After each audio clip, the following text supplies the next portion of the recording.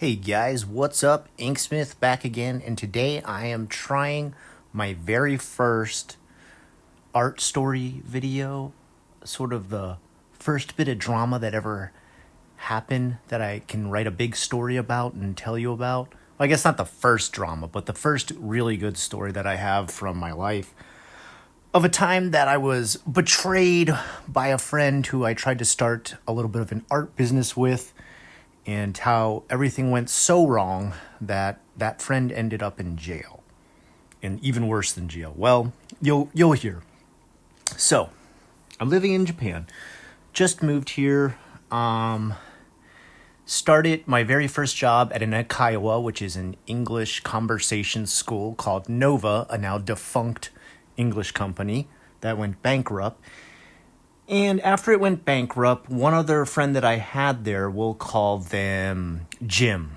Okay, Jim and I became close friends because we were the only two white tattooed gaijin at the time. And I don't know if I've explained this before, but having tattoos in Japan is a bit of a taboo thing. It's usually associated with the Yakuza and the Mafia. And yes, even though we are two white guys in Japan, it's still considered like something only a gangster would have. So, for example, if you sit down on the train, everybody will clear out. They think you're some kind of tough guy, even though I'm there reading a book that's like Kurt Vonnegut's Slaughterhouse-Five. You know, it doesn't matter. They're very scared of tattooed people, especially tattooed foreigners. I never get bothered on the street. Let's put it that way. But this is kind of how we bonded. We both had this interest in tattoos. We both listened to metal music. We both came from art backgrounds, and we pretty much started hanging out all the time. We went to all the local bars. We went to all the alt areas of Osaka where I live, a place called Amemura, Senkaku Koen, Dotonbori, Shinsaibashi. These are all kind of where the what would you call it? The alt culture lives, where the really out there artsy type of people live. What would you call that kind of area? Like a 5 Points type of place. And we would always hang out with tattoo artists out there, DJs, graffiti artists, I don't know, you name it. We hung out with them there, and it was a really fun time. I learned a ton of Japanese. I learned a lot of street slang, and made a ton of Japanese friends. Probably even dated a few people out there in that area, and would go bar hopping. And this is back when I'm just a single guy, no kids or anything yet. So I'm not doing this while I have kids. I was a fresh noob to Japan, and I was just enjoying it, having a good time with this guy. And we used to always talk about trying to do our own thing, break away from the whole English biz and start our own biz, Jim and I. And we went through a couple ideas first. We went through a bunch of ideas as far as starting a bar. Very easy to do. A lot of bars open up in Osaka. Thought about starting a restaurant, like a very small American cuisine restaurant, which it sounds ridiculous because you're probably from America. But in Japan, there's not a lot of like actual good American cuisine. Like, find like a good pizza or a good cheeseburger out here. It's not exactly easy. So we were thinking of all these ideas, but finally we realized we both loved art. We had been doing art for our whole lives. I graduated from art school. He actually had a science background, but he was big into art and tattoos. And we used to hang out with a lot of tattoo artists, and we realized in Japan, the rules for becoming a tattoo artist were really different from where we were from. So he was from Australia, I was from America, but we both have the licensing that you need to have. I think it's called bloodborne pathogen licensing. You don't need that in Japan. In Japan, there is no medical need to study anything. People do still use autoclaves and sanitize their needles.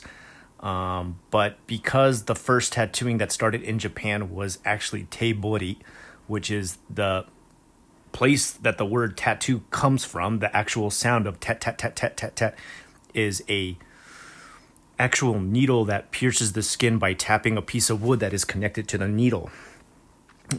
It was not brought up as a sort of medical idea. It was actually first used as a way to tattoo firemen during the Edo era of Japan so that if they died in a fire, they could identify the body by the tattoo.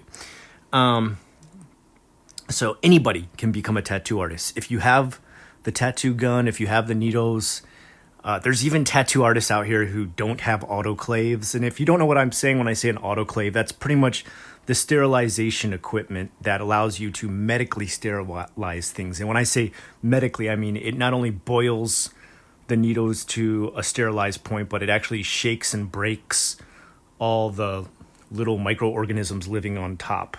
And that's pretty important. And I actually had come across one of those from talking to a dentist here in Japan and was able to get that being the most expensive piece of equipment because those are not cheap. You're talking about Nijuman, which is about $2,000 to $2,500 in American money.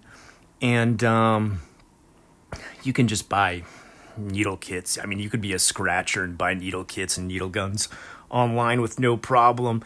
But we had actually studied all the different types of ink, found the best quality ink, got our little starter guns, and started to learn how to tattoo. Now, I started out, I tattooed both of my own legs. You're supposed to tattoo yourself first before you ever try to approach tattooing someone else, so I did that. They look rough. I've actually tattooed over them again because I did my own covers up of my first tattoos. They're pretty ugly. They're pretty bad. It's like a spider and some graffiti stuff on my leg. And I tattooed some Rat Fink stuff on some friends. Meanwhile, my other friend, Jim, he kept telling me that he was going to do an apprenticeship, which it doesn't quite work the same as it does in America. The last time I checked, the last time I lived in America, to do an apprenticeship, you usually paid the tattoo artists to help at their shop until you graduated under that tattoo artist and learned their art. In Japan, it's just kind of this master in apprenticeship, kohai and senpai situation where you come in and you work and you'll actually make no money, and the senpai will oftentimes try to break you. When I say break you, I don't mean in it like a vicious, malicious way. I mean, they'll keep testing you. Like, they'll ask you to draw something for them. You'll bring it to them. They'll be like, this sucks, and rip it up. I remember one guy told me he had to make tea for the whole shop. And when he lost the top of the lid to the teapot, they smacked it out of his hands. And he had to go, like, clean up the whole mess of the tea. And they do this. I know it sounds brutal and you're probably thinking like, why would you treat somebody this bad? They do this because they want to make sure you're actually going to do the art. And this happens with any art apprenticeship within Japan. And I'm talking, like Ken apprenticeship, making swords, bonsai apprenticeship, wood cutting apprenticeship, lithography, everything. Your senpai is there to break you, to make sure that when he hands you down that art, you really want that art, because they're kind of giving away a part of their soul. They're giving away a mastery of something, and you're going to make money from that. And oftentimes, you probably don't know this, but oftentimes, if a senpai really likes you, if a master really likes you, he will have you legally adopt it and hand down his company to you. So they take master apprenticeship relationships ultra seriously. Like, they will treat you like you are their son or their daughter and scold you in the same manner. And if you can't take that, quick, get out of there. They'll find someone else to take it. Sadly, though, there is quite a few arts that are dying out. You're not going to see katana made much anymore. And a lot of the drum making is kind of dying out too. So it's kind of a shame. The next generation's not really picking that up as much.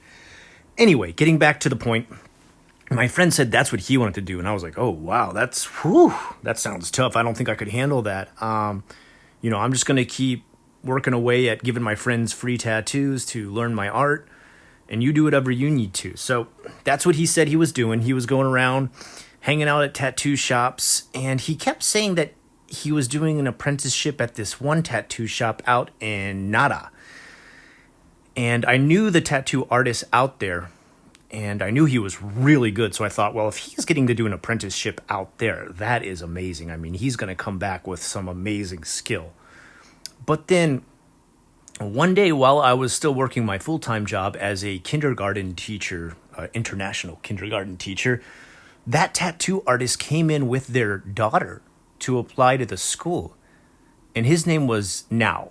And I was like, oh my God, Now, Jim's working at your place. I can't believe he's apprenticing there. And Now was like, oh, hey, what's up, Scott? Like, sorry, who? I said, Jim. Like, Jim and I both knew Now. And he was like, Jim, your friend? I was like, yeah, the other tattoo guy like me. He was like, no, man, I don't know. He's not doing an apprenticeship out by my place, not that I know of. I'm the only artist there. And his wife always spoke perfect English, so she explained to me, she's like, Now doesn't really do apprenticeships. Like, we're a one-person owner shop. I mean, we do all the artwork, him and I. And they're just, they're covered head to toe in tattoos. They're got a great trade going, great skill, great ink. So I remember thinking after, I'm like, yeah, I guess that makes sense. Like, why would they take on another person in a family shop? Like, they have a daughter. Usually if the couple doesn't have a kid, that's when they're more likely to take on an apprentice. They can just hand down the art to their kid, and they still have plenty of time to have more kids and hand down the lineage of the shop. And so I thought, oh yeah, that's weird. I'll ask Jim about that. So later I messaged him. I was like, Jim, what happened with Now? Like, I thought you were doing an apprenticeship. And he's like, oh, no, I'm doing it with this other guy named Benny. And I was like, oh, Benny? Really? So then he started to tell me that he was working at a different tattoo shop where he was apprenticing under a fellow gaijin artist named Benny, he's also amazing, just most incredible. I'm talking like oil painting level tattoos. Like, this guy's tattoos look like paintings. They're amazing. So I thought, oh, damn, that's great. So I started talking to Benny, and I was like, Benny, that's sick, man. He got a apprenticeship with you, man. And Benny gave me the stink eye too, and was like, what? Who? Jim? No, not at my shop, not that I know. And then he said, well, you know what? There's 4 other tattoo artists. Maybe one of the other artists took them under their wing. And I thought, oh, maybe he just meant like Benny's shop, but one of the other artists under Benny's shop. So I just left it alone. I didn't think about it anymore. And I kept tattooing, kept doing my own work. And one day out of the blue, I sent a picture of my newest tattoo, and I didn't get any reply from Jim. And I thought, that's weird. I thought we were going to send each other our tattoos back and forth to like compare artwork. I do this with my friends all the time, even with using Procreate now.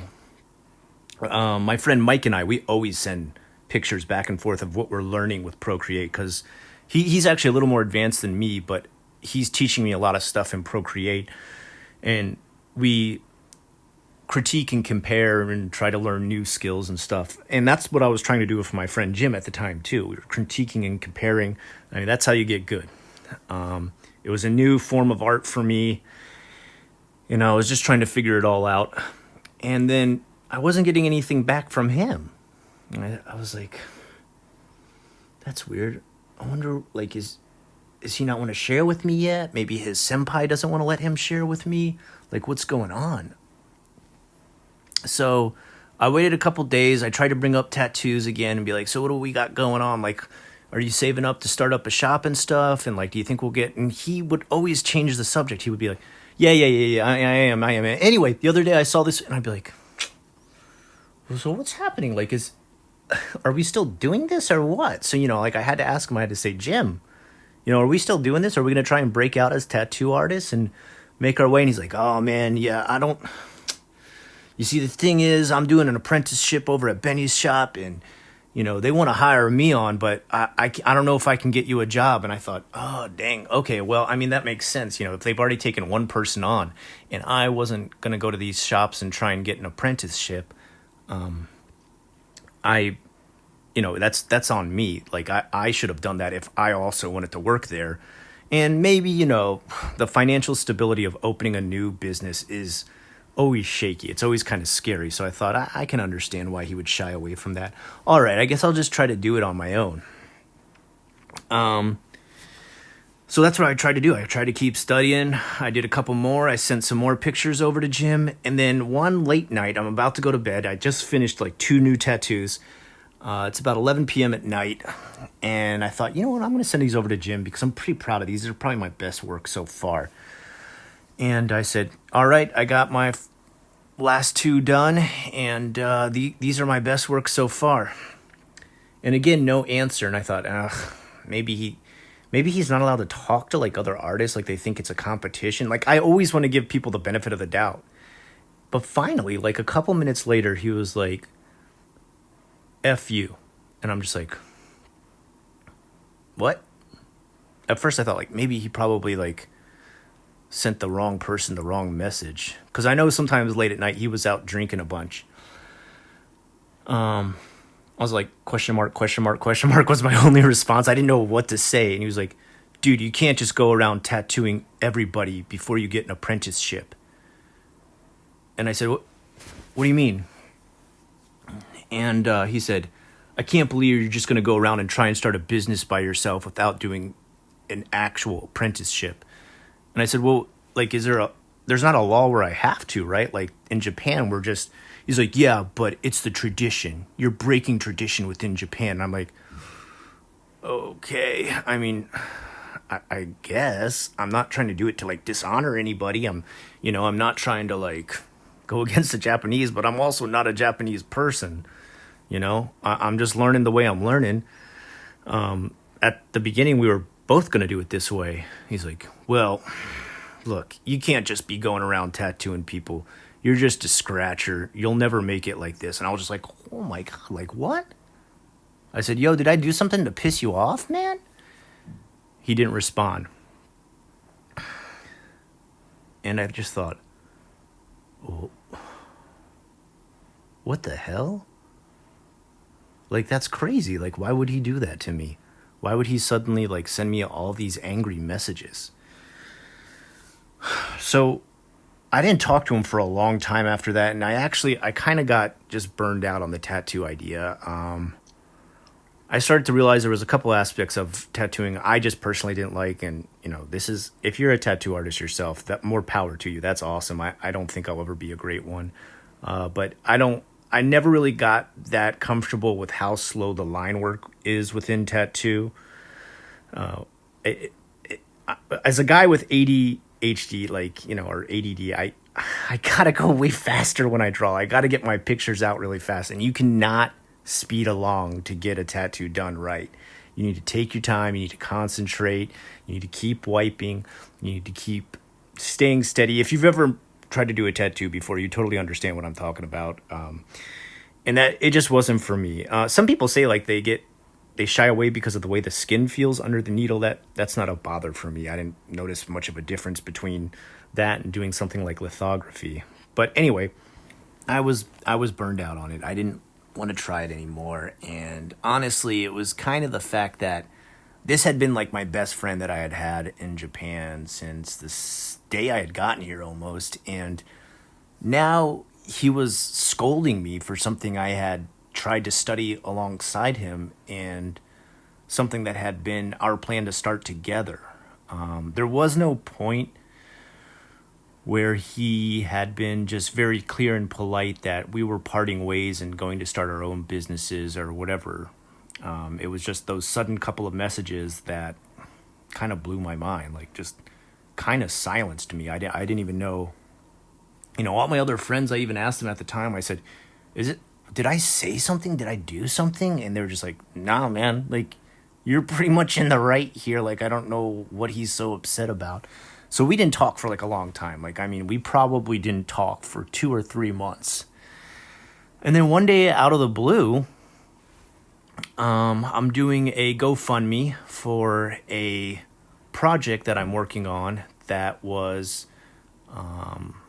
this was a really long time ago that I was doing this project. It was for a special studio project to do artwork for a comic slash tabletop RPG. So I was actually doing like panels for the inside of it, but a lot of the supplies I would need were ultra expensive. So what I planned to do was once I finished it, I'd give everybody a copy of what I had made. I did a GoFundMe and I will put it on my Facebook, I think, and my Twitter, maybe my YouTube too. I can't remember.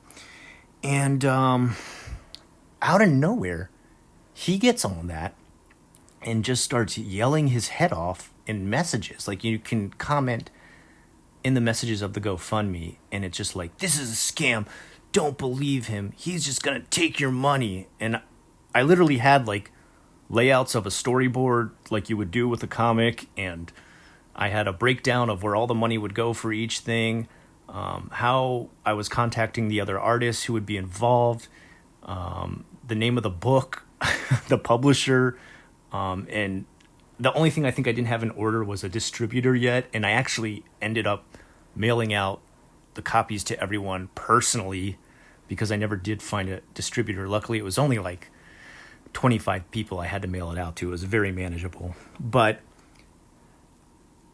immediately, I had another friend managing this with me because we were doing the artwork together, and he immediately called me up and said, hey, Scott, like, what's going on with this guy? Why is he so angry? Like, I've done this project before, and I know it's your first time on this project, but this guy seems to be really angry that you're part of it. And I said, I don't know. I'll message him personally. So my friend was actually the one managing the GoFundMe. He took down the comment right away. And then I just went straight to Jim, and I said, hey, dude, what is going on? And he was like, you're just trying to use this to pay your rent. Now, at this time, I had already bought a house. I was mid-mortgage at the time, and the amount of money I was asking for this was somewhere around $300. I'd say about the equivalent to $300 would be like Yonman N. Yeah, about $300. Well, no, maybe $350. And I was like, $350 isn't going to even pay like 1/3 of my mortgage. Like, what are you talking about? I was really confused. I was like, where's he getting this from? I mean, he didn't even know like how much I paid on my house or anything. So I was just like, that's not, I mean, I said, you can look at the breakdown of the site or you can talk to the other manager. I said, why didn't you just come to me first if this really upset you? Why would you go there? And he was like, fine, maybe I should have, but what you should do is actually use it to study tattoos more and get an apprenticeship. Maybe you can pay someone for an apprenticeship. And I said, hey, Jim, like, I got out of that biz. Like, I didn't pursue it anymore. You said you wanted to go study it yourself, and I wished you all the best of luck, but I just wasn't going to take the same path as you. I thought we didn't have to pay anybody in Japan. He's like, yeah, you don't, but like, maybe if you really want to get into one, you should. And I was just like, what is he on about?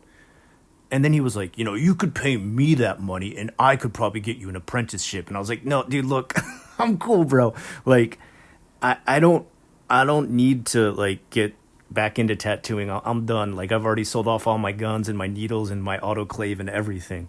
So it's not for me, man. But I wish you the best of luck. And he's like, oh, wait.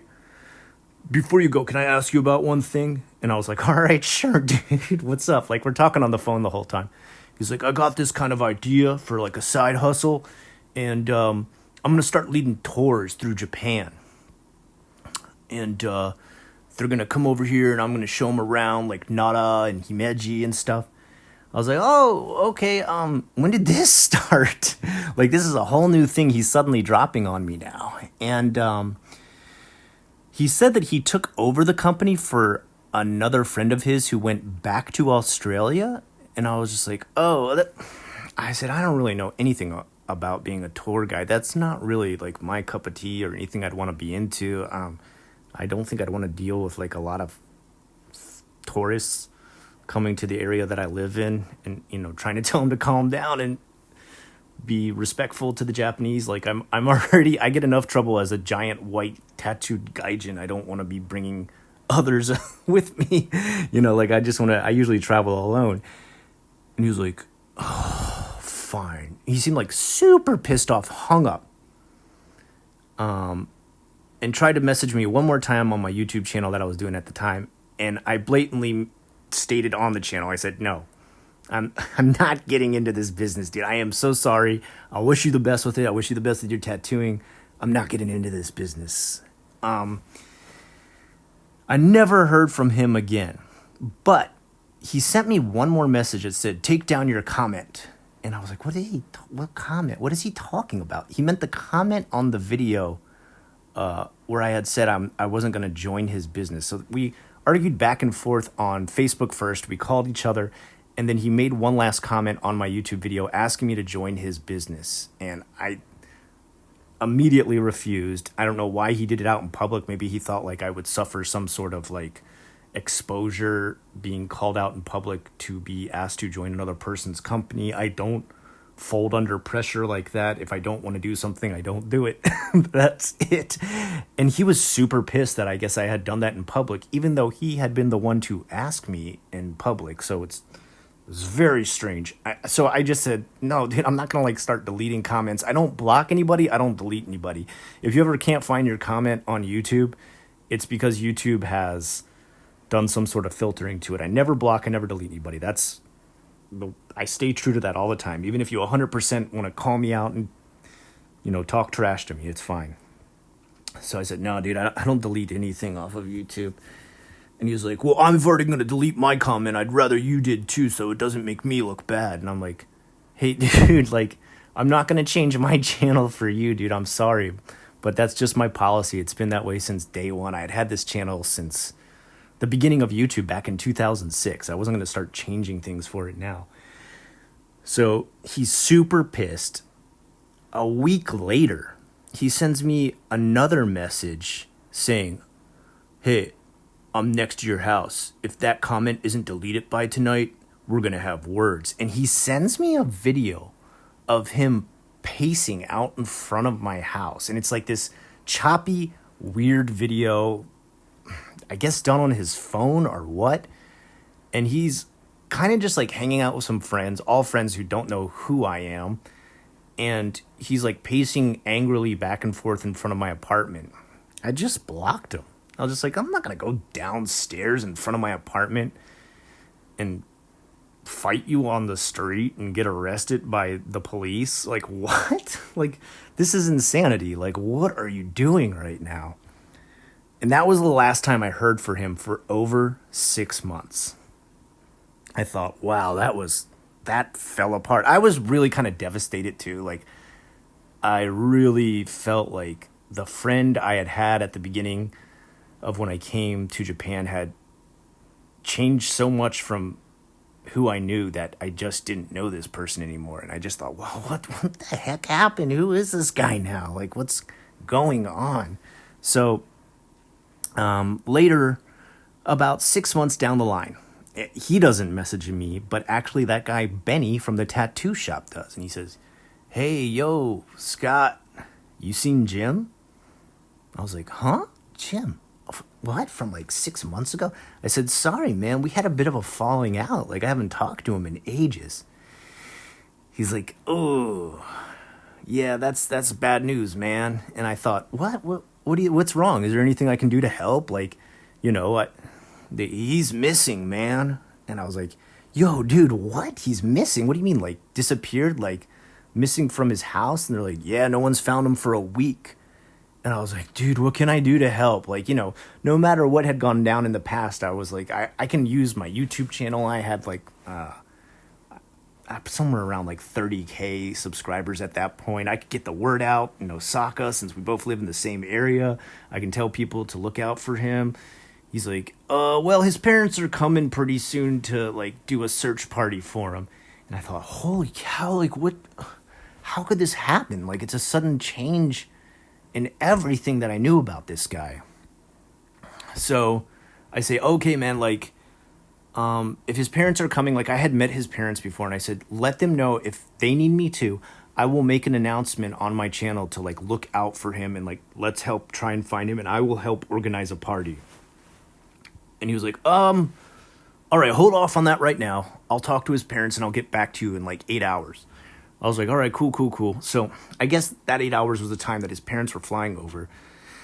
And finally, Benny gets back to me. He's like, so we found Jim. And it's bad. And I was like, what? Is he okay? He's like, yeah, he's okay. He's okay. He's in a lot of trouble. And I was like a lot of trouble or like big trouble? And he was like, yeah, big, really big trouble.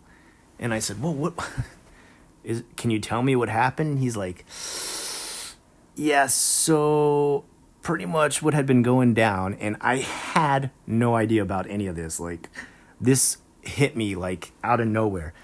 He had been using Silk Road on the deep web to have drugs delivered to his old apartment address and was selling them and doing them out of his apartment.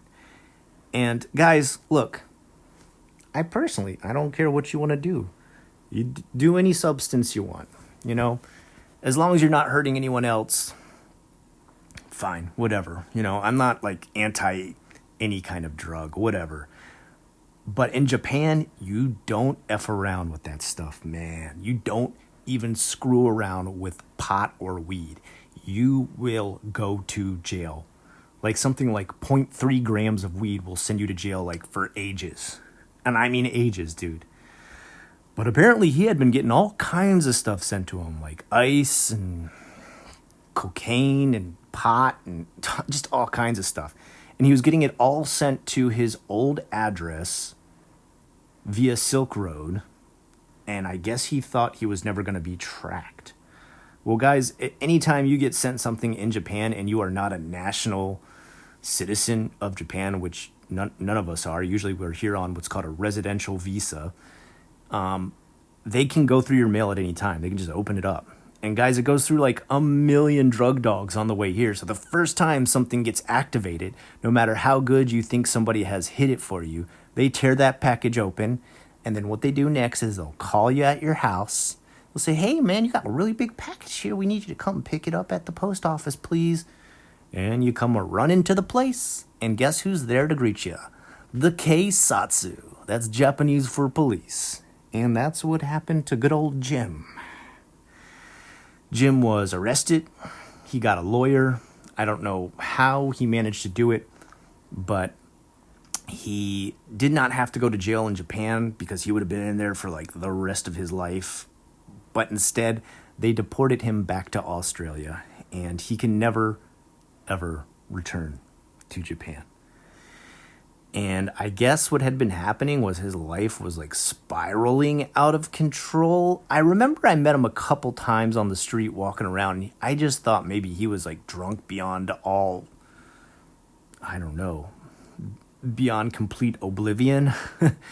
He was all sorts of like messed up all the time. But you see, in Japan, it's okay to be like drunk in public. You can even drink on the street. So seeing messed up drunk people on the street or like passed out salarymen, not such a big deal, especially here in the city where I live.